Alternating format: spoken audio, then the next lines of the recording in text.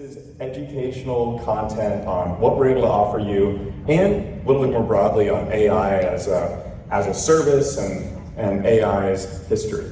So, titled is Modern Magic, the Screening Sorcery of AI. There's a lot to go over. As you may know, I'm the CEO here at Cerebrum. We started this company to really bring advanced technology to screening firms. And we love the Taz ecosystem. We have a great relationship with the TazWorks team that we've been deepening over the past year and a half. And we're really excited to be here presenting to you all. So our agenda right now is we're gonna go do a quick overview of VID. VID is our verified identity service where we can do biometric identity verification, but we can also do some pretty cool stuff that you might not have seen yet, like AI-based document auto capture. After that, we'll talk really briefly about the TazWorks integration options on the VID side, and then we'll get to what you're all here for, which is the AI education session, and then talk a little bit about what we can do from an operations and efficiency perspective with the AI that we're able to offer. So, before we get into it, how many of you know VID? Have you heard about VID before? Okay, like half the people here. So VID is a biometric identity verification tool. What that means is that we're able to take a photo of someone's face, a live selfie, confirm that they're there in person, take a photo of their ID document, and then compare the photo on the ID to the photo that we captured and make sure that the person who's going through that verification is who they say they are. And we run a bunch of advanced verification checks on the ID. We can do this in tons of countries and for 2,000 plus ID types at this point.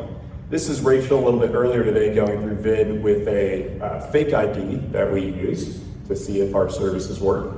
So as you can see, she's gone into the VID app, she got her invite email.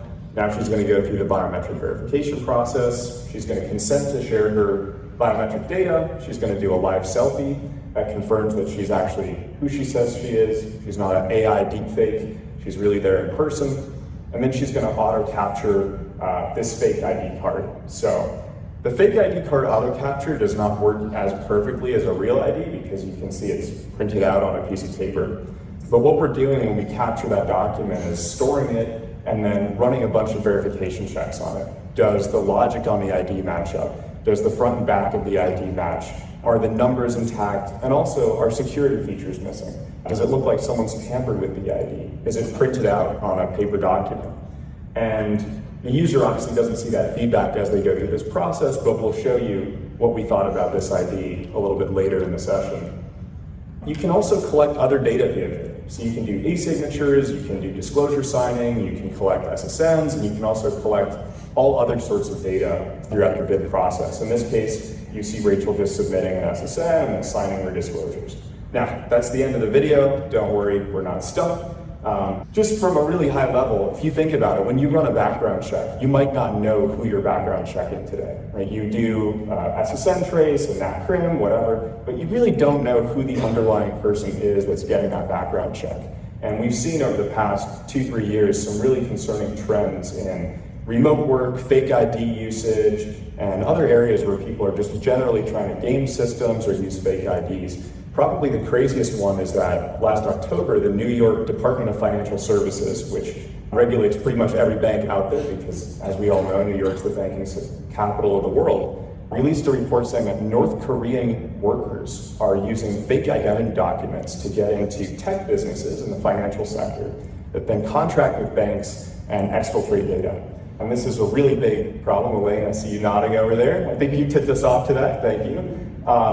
And it's the sort of thing that identity verification can solve that a traditional background check can't. And we've seen stories where traditional background checks just don't meet the bar because people fake their identity or alter other people's identities or steal identities, right? Identity theft.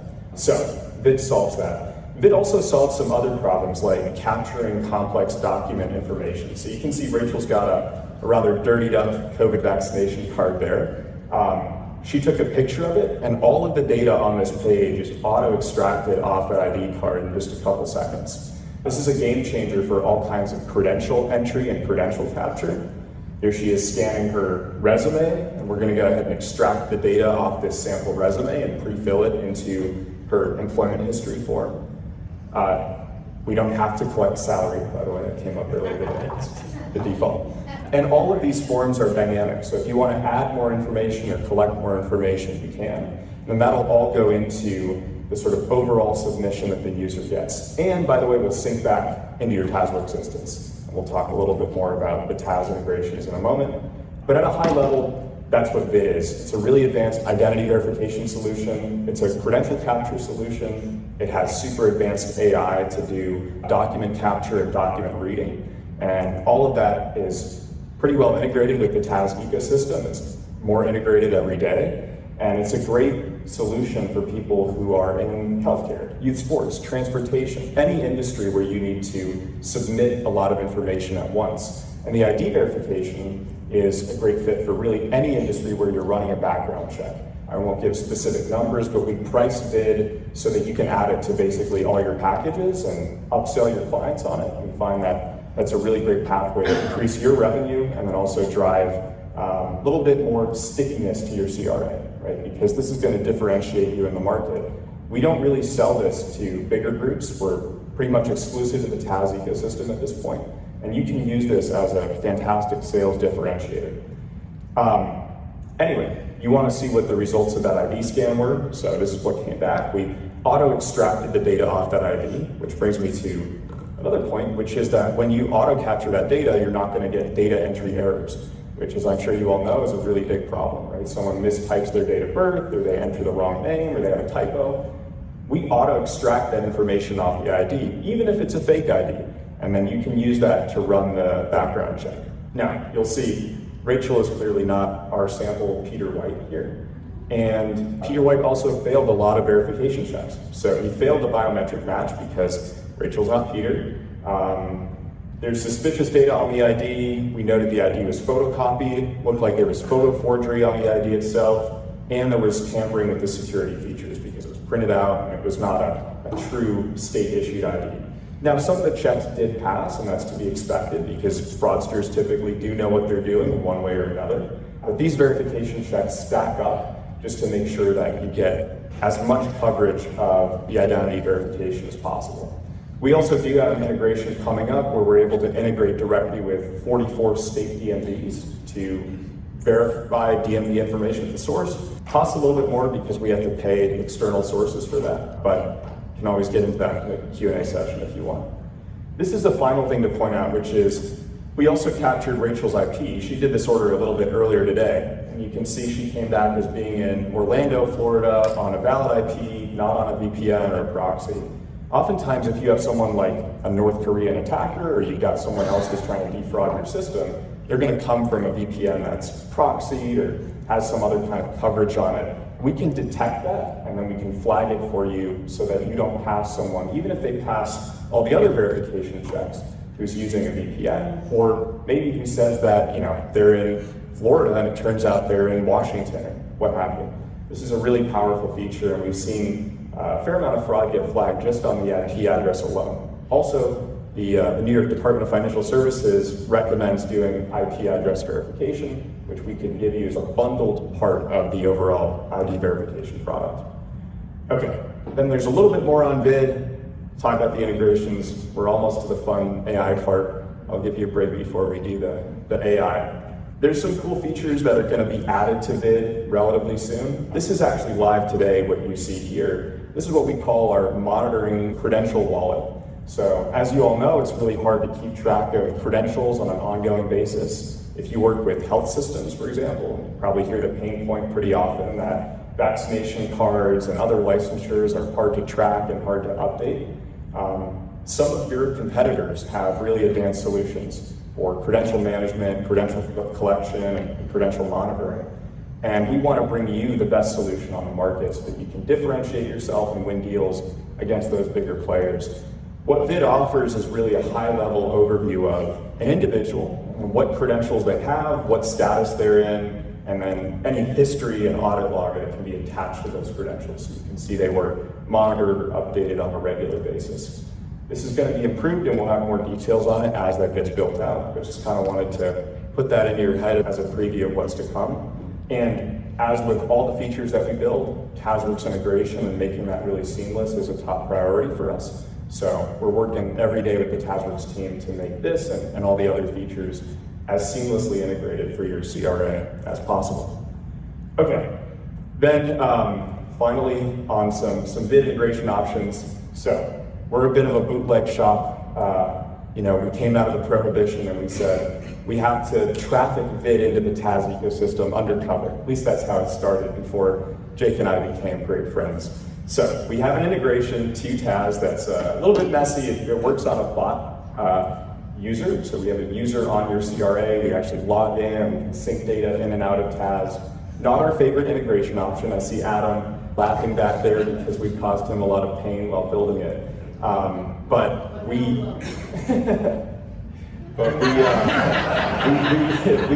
will be, yes, absolutely. We will be moving that to API-based integrations as soon as possible so we can improve the reliability of those integrations. Taz is also doing an amazing amount of work. I see Anthony and Jacob back there. I'm overdue to fix a bug with them right now. Anthony, I remember, don't worry. But they did a fantastic job with integrating vid to QuickApp Pro and QuickLease Pro. So if you use either of those products today in your screening workflow, you can add vid at the front, so you auto-verify the data and then capture the verified identity information, extracted information at the beginning of the workflow. It's a really nice integration. It's going to get better all the time. So that's available right now. With the QuickApp and our current integration, we can kick off vid within the QuickApp. It really sucks. It's really messy. Don't recommend it, but it is possible. We can put a little iframe in your QuickApp. The other option is you can complete the QuickApp first and then kick off vid as kind of a standard vendor search, right? So the user submits it, then they get another link to fill out vid in a separate email, and they can complete it. We'll sync those results back to Taz for you. And then there is sort of a third option, which is that, as you saw, vid has a lot of the features that QuickApp does. And we know all of you love QuickApp. It's a fantastic product. We're not trying to push you away from QuickApp. If you do have clients that ask for an integrated identity verification experience, vid can do that. And we do that by fully replacing that applicant journey. We have one client that used this to win a deal away from Sterling, because Sterling/First Advantage with their ID.me and RightID integration does not have identity as part of the same workflow as the screening or applicant experience. So what happens is the user goes to one portal, they go through their applicant workflow, then they get redirected, they have to go to another app and another process and do ID verification, then they go back and complete the background check. And with vid, all of that is going to be integrated into one overall workflow, which can definitely help you win deals against First Advantage, Sterling, HireRight, the other groups that push ID as part of their product. So, always glad to talk about that. I also am just using the Q3 terminology that we saw for the vid button in the roadmap earlier this year. Disclaimer, roadmaps can always change. If it's late, it's probably our fault and not on TazWorks, so don't email them. But we're hoping that soon we'll have a vid button natively available in the Taz interface, just like the Order with QuickApp button that you're familiar with today. All right. Everybody still awake? Alive? Got through that? Beautiful. Cool. Okay, so I don't know if you can see it, but down there at the very bottom it says background screening regulation. And the reason I dressed up as kind of a dark mage here is you may have heard a lot of things from attorneys who shall remain unnamed about the dangers of AI and how scary this new technology is. It definitely is a little bit scary, right? It's kind of like you're burning a book of regulations, you don't really know what you're doing, you got some wizardry going on in there, everyone's talking about it, but everyone's also scared of it and doesn't really know what it is underneath the hood. So, what is it underneath the hood? Didn't even realize that.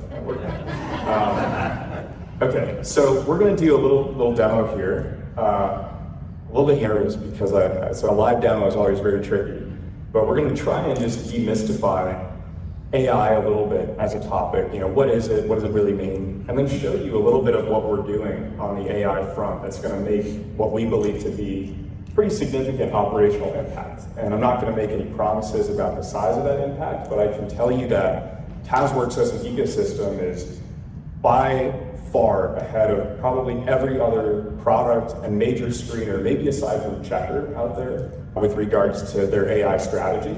And we're really honored to be a part of that AI strategy as well. All right, the history of AI. How many of you knew about the Dartmouth Summer Research Project?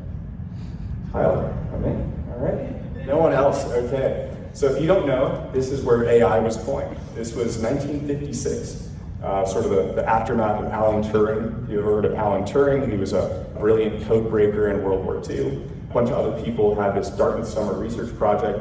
Basically, it was a group of people at Dartmouth who said, hey, we can make machines think. They can already do math. They can already do basic word processing with punch cards. Why can't they do more advanced computation just like humans can? So they coined this term, artificial intelligence, and they have a document. I forget what date they put on it, but they were very optimistic that, in the near-term future, we would have superhuman intelligence coming from machines. Anyway, fast forward 20 years, this so-called AI winter happens, and people realize, nothing's really happening here. AI kind of dies out. No one talks about it. It's a side point until maybe about 2012, when deep learning came about. So if you've heard of NVIDIA, you've seen NVIDIA is the most valuable company in the world. You might wonder, why is that? It's because they make GPUs. GPUs are graphical processing units, originally for video games, stuff like that. They've been repurposed to process these massive amounts of data and information. It's really just computations and math that underlie pretty much everything that you today know as AI. And deep learning was just the idea that, hey, instead of trying to make this really fancy and put a bunch of math behind it, why don't we just train a really large model with all the data we possibly can? Grow the entire internet at this thing. And maybe if you throw enough data at these really simple algorithms, they'll become intelligent.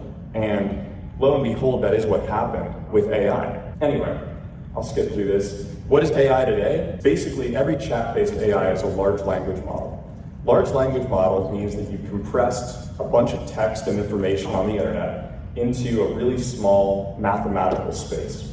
Under the hood, you have what are called embeddings. Don't need to get into too much depth there. I'll show you a cool demo on that. But basically, embeddings are a way to represent what a word means mathematically, right? So instead of just saying a car means this and crime is that, how does that relate to all the other information that the model knows about?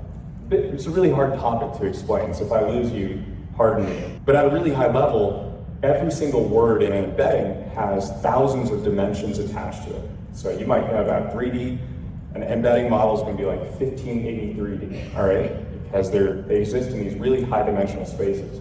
So when you ask ChatGPT, hey, how do I make my really aggressive email sound a little bit nicer so this client doesn't fire me? What's going on under the hood is it's going through a GPU and then looking through this big embedding model, and it says, how can I make it sound a little bit nicer? Looks for nicer words within the embeddings. So we'll do a really fast AI demo here of kind of what we're able to offer and what embeddings are. So at a high level, this is what an embedding looks like.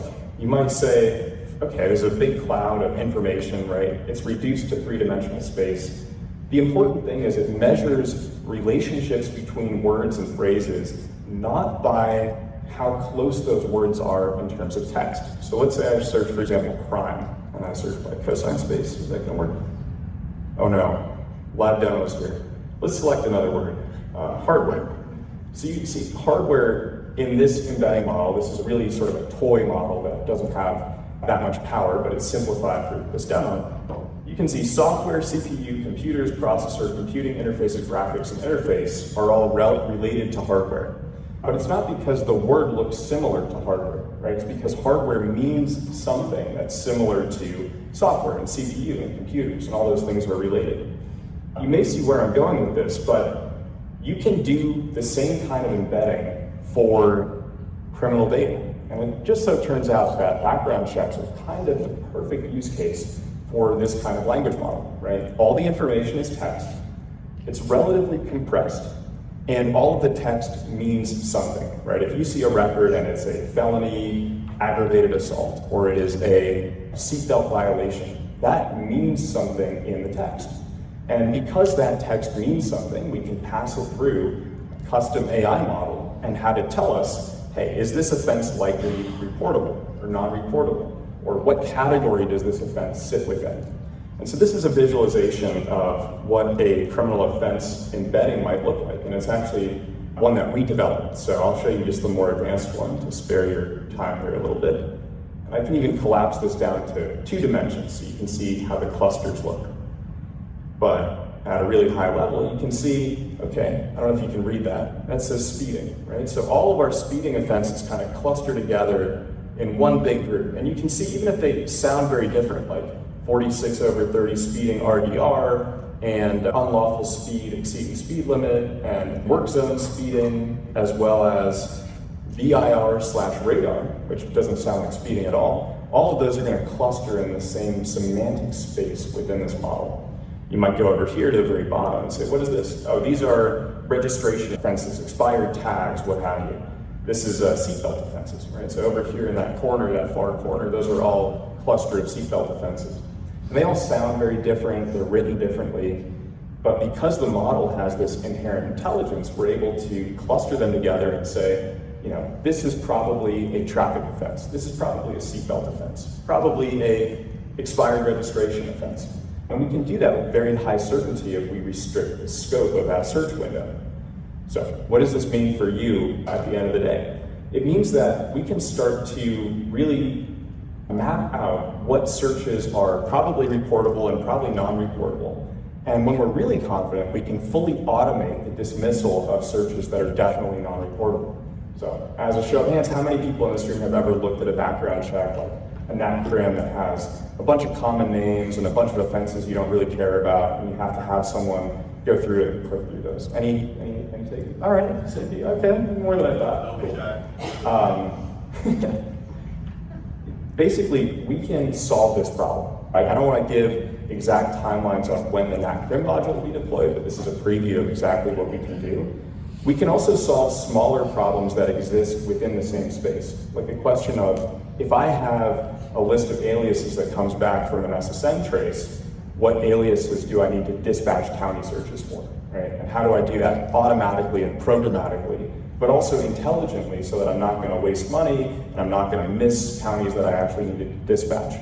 We've been working with a number of groups, including Jimmy here from Third Degree Screening, on automating the case formation process, as we call it, which is really how do you develop counties on order from SSN search all the way through to counties being dispatched. We also can do federal, statewide, nationwide, what have you. All of that is within Synapse today.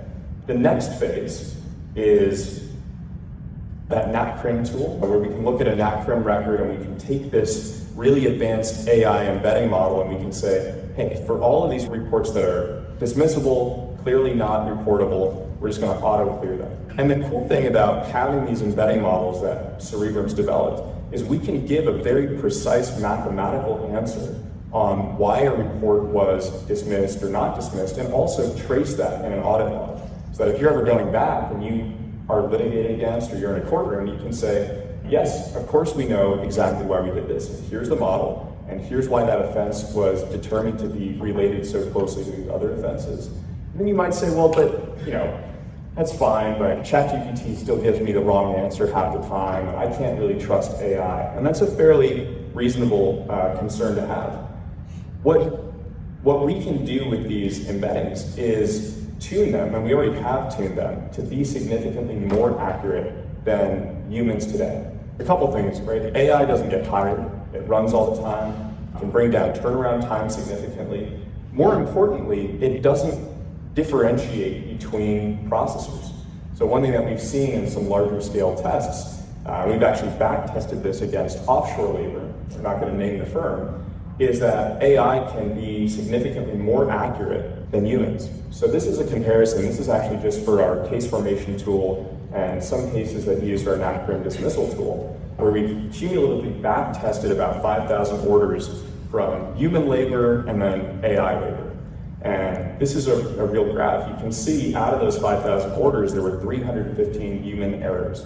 Not every one of these errors was a catastrophic error. Some of them were dispatching more counties than needed to be dispatched. Some of them were missing an alias name on a county.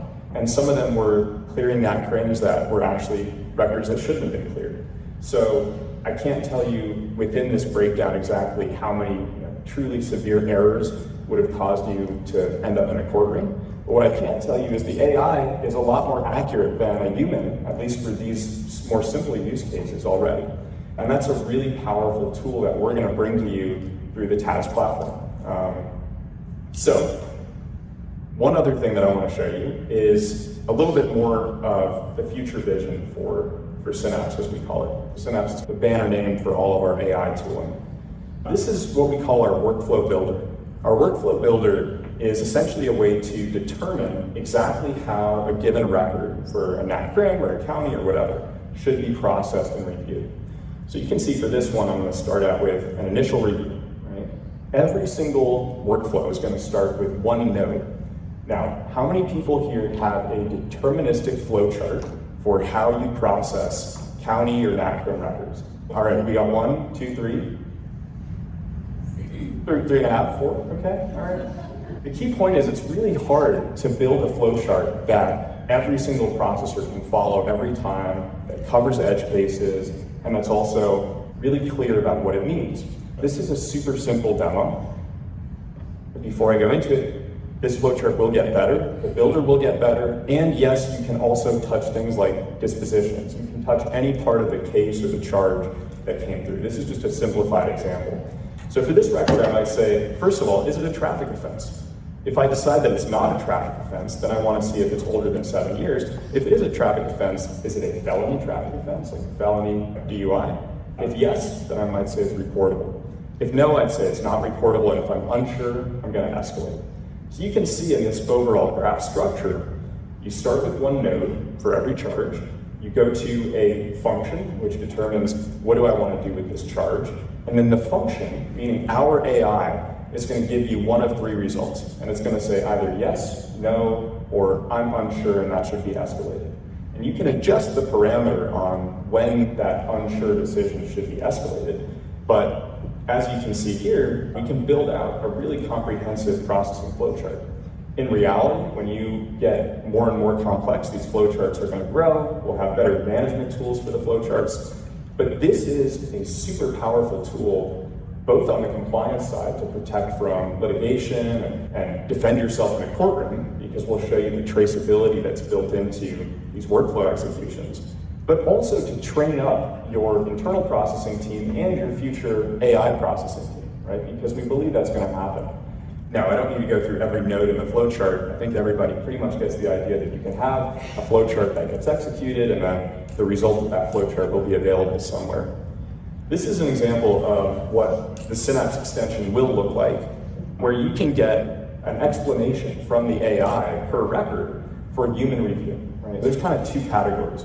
How do you automate as much as possible of the grunt work, the basic filtering, the clicking buttons, the automation that no one likes to do, that you have people doing today, and you can switch them over to a much more valuable use for your company, right? You can get headcount neutral growth. You can double your volume, keep the same people, and put them on more important projects. Or if you have a lot of volume, or you're using an outsourced source of labor, you can cut that outsourced labor and deliver some real cost savings. This is stage 2, which is, okay, now we've got records back. How do we decide what's done with those records, the decisions that we put on those records? In this case, the AI will tell you the case is not reportable because the disposition is final, the case is expunged. The applicant name matches the case identifiers, and it qualifies as a non-conviction due to the expungement being a first offender. Sorry about the quality, but at least you kind of get the idea, right? You can see a breakdown of the search, and then an AI-generated assessment about that search. And then your processor can review the raw data and then approve or deny the AI's decision. I'm not going to bore you by going through every one of these decisions, but you get the idea that you can have sort of a AI super assistant that can make a human processor 5 or 10 times as efficient. And also a lot less expensive per hour or per case that's processed. And these are the sort of tools that are going to let you go up against, the big names that we just talked about a little bit earlier. FAVD, Sterling, HireRate, what have you, because they have the advantage of outsourced labor centers today, right? They can go to the Philippines or India or wherever, and they can get $9 an hour, $10 an hour, $7 an hour, because they can hire so many people that just review records nonstop. We're giving you essentially the same kind of tooling, but you don't need to manage an outsourced processing team. You don't need to have that scale to start. And then this is also something that's going to scale without a lot of operational workload that's added to your plate. Now, I was going to show you one other thing, which is, okay, you've got this workflow builder, and that's great. Now you've got the extension, and you sort of see how that ties together. how do I use this for audit purposes? So here's an example of a completed workflow, and you can see this little green line. You can always export this and have audit logs on the back end and print them out if you need to. This is just for visual purposes. You can see this little green line about the process that was followed by the AI and the processor for this record. So first we went to, is it a traffic offense? The AI said no. Is it older than 7 years? Yes. Is it a violent crime? Yes. Is it a misdemeanor? No. Is it a felony? Yes. It's reportable, right? And so when you're sitting down and you have to explain to your client why you didn't report something, or you're in a courtroom and you have to explain why you did or didn't report something, having this kind of tooling is going to make a massive difference. And it's also going to give you the ability to establish with your clients more clearly what you're reporting and what you're not reporting and why. And that's also a tool that no one else on the market has. This will work for every case. This is live today. It's not fully integrated today. It will be integrated. But yes, basically for any client or case that you run this for, the flowchart will be available. And then the other cool thing is, as you build these up, you can save this one and say, hey, this is my workflow for client A. And for client B, I'm using this workflow. For client C, it's this one. And you get this really explainable decision matrix. Your clients can agree with you directly. It's right there in the software. And then you don't have to make 200-page PowerPoints where you tell your processors, hey, if it's this record, then do that. If it's this, then do that. Because, it's very hard for people to remember that anyway. Also, if you're doing any seasonal work, just back briefly to the criminal offense embedding database, I know this isn't telling you that much, but if you have seasonal work, we've had people say our NatCrim hit rate is anywhere from 30 to 60%. And if you're spending all of your processor time looking at common name records and traffic offenses and stuff that just shouldn't be there, your data provider might help with filtering a little bit. They're not going to be able to do this, right? This is something that we've uniquely developed and are making available in this ecosystem. That's something that can really set you apart in any industry where you have what we call peak shaving and shifting, right? You might be in an industry like volunteering or youth sports where you've got a big peak in August, or you might be in staffing or hiring where it's very peaky and you get 100 orders at once and then nothing and then 1,000 orders the next month. This AI can scale up and down without you needing to hire people or staff people or bring people into the office or pay them overtime. And that's another super valuable feature that you get from this kind of AI tooling. Okay, I'm gonna go ahead and go back to this presentation. Play for the current slide this time. And again, just these are our internal metrics in terms of what we developed. The TazWorks integration is coming. Taz is working very hard on this. Adam's working hard on it. Janil's working hard on it. The whole team is. They have 1,000 other things to work on, as you've seen throughout the conference. So I don't want to put any sort of timelines on them. All of this may stretch out a little bit. We're obviously going to need time to scale up with every new group that we take on. But as of today, we have this case formation tool working. I can tell you that Jimmy's using it to an extent. We have some other groups that are using it in a limited capacity. But to date, we've processed almost 100,000 total cases through that case formation tool. And our total error rate is below 0.3%. And that's significantly lower than, as I showed you earlier, that about 6.3% that we're seeing when we compare to offshore labor. That NatCrim tool where we can cluster things and say, hey, if it's clearly non-reportable, let's just kick it out, is something that we're aiming to deliver in early, mid-fall 2025 on our side. There's probably going to be a 4 to 5 month lag time between when we deliver it and can test it via our bot until when it's natively integrated into Taz. But that's coming. And then the workflow builder is early 2026. And I see Mark, Mr. Weinberg. Sebastian, quick question. So this is like, I love it. I think it's great. Yeah. Is it going to be data agnostic? So what I mean by that is, can you select the provider of your choice, and will it work and overlap with that data provider? Absolutely. Data agnostic. Yes. i.e. data divers, by the way. Plug for them. Great. That's my guy. That's the answer. Yeah. Let's piggyback on our sponsorship. We love you, Mark.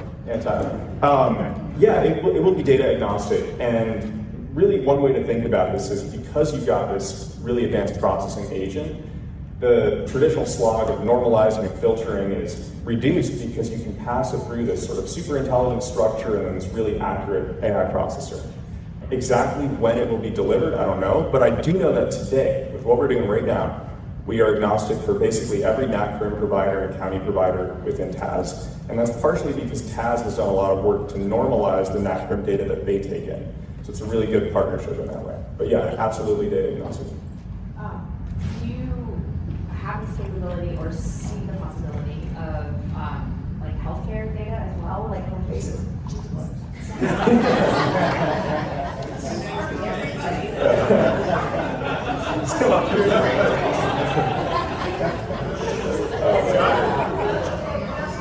All right. I just asked if you have the capability now, or would have the capability to do this with healthcare data as well. So like census or the other things like that. It's a great question. So again, not committing to any timelines, but yes, in principle, absolutely. And that's what's so beautiful about screening as an industry is it's kind of like the perfect use case for this sort of AI, right? I think a lot of groups are not positioned well to execute on the opportunity that's here, either because they don't have the underlying technical talent or they have 1,000 different platforms, like every big CRA that's acquired a bunch of groups. I am answering your question, by the way. With Taz, what's super cool is that we've got one integration point to touch all that data. Now, we're starting again with criminal because I think that's where the biggest pain point is, the stupidest work is today, right? You want your people doing NACRIM dismissals right now to move up into healthcare data.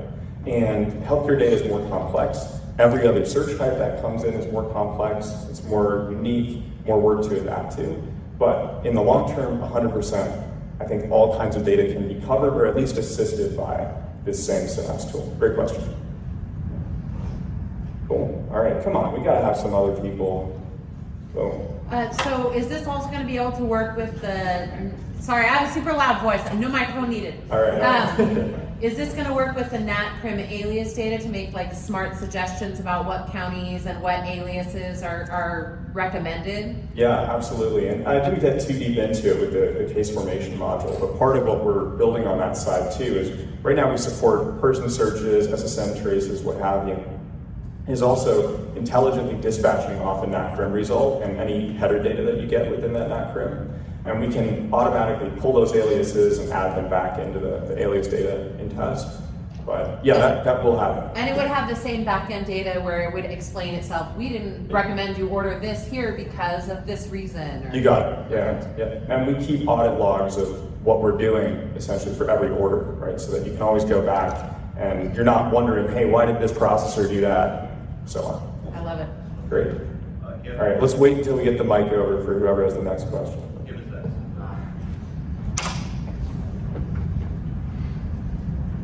The workflow that you were describing, is there technology in that you could break it down by where the person lives and where they're working, and it will automatically filter that aspect into it as well?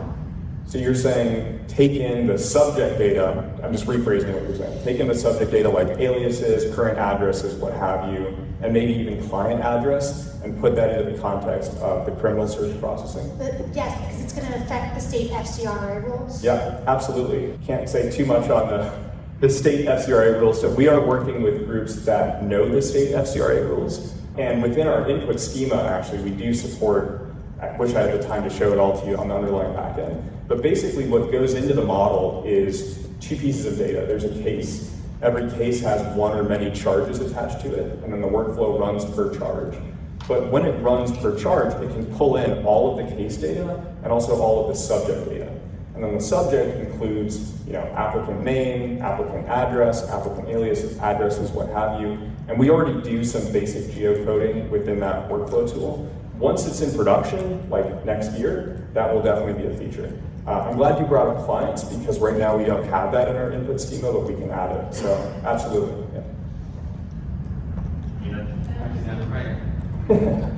When she said she said employment, would you be able to pull from like the employment verification? So some people want lived and worked, so we need their employment addresses to populate county crimes.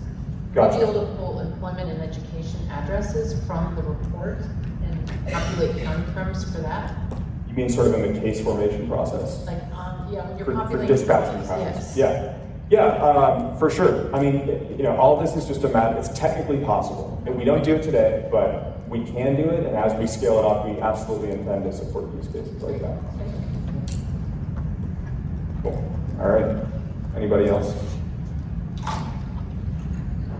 My last question. All right. So, because I'm always thinking with full file disclosures, right? Like if, Okay. if and when, because if you're using AI in essence to make those decisions in your behalf, you do get sued and they say, well, what did you base these decisions off of? You'll be able to open that up in its entirety and say, here was the beginning, here was the next phase, here is, in essence, the full file in which we have to support.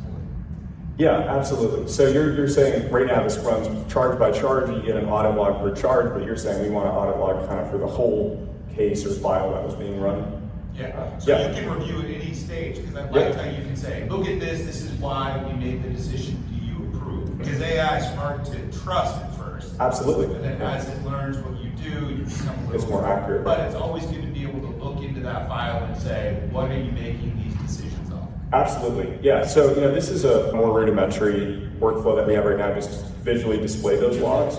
We keep some of those logs today, and then as this scales, I'll say two years in the future, ideal vision with Taz is that you have a way to go into the file in Taz, click a button, either Cerebrum button or Taz button, and it says, here's the record of the AI processing for the case.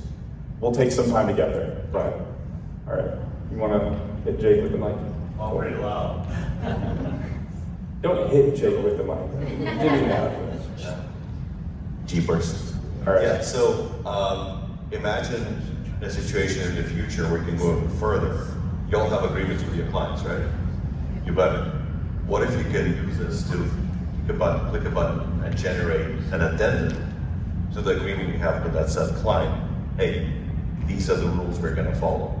Agree to those. And you can edit them later, regenerate the agreement, and they have a very clear definition of what you will and will not do, right? This is why we love working with Jake and Taz, right? Always great ideas. But as Jake said, if you can have that within your contract with the client, you push off a lot of liability because you can say, hey, we followed the rules we all agreed to, right? Please. So my question kind of adds on to what Jake was asking. I mean, my first question was, have you worked with any counsel, right, expertise on the legal side to kind of define what indemnifications are going to be in place, because AI is AI, right? Sure. And we want to believe that it's 100% perfect, but it's not.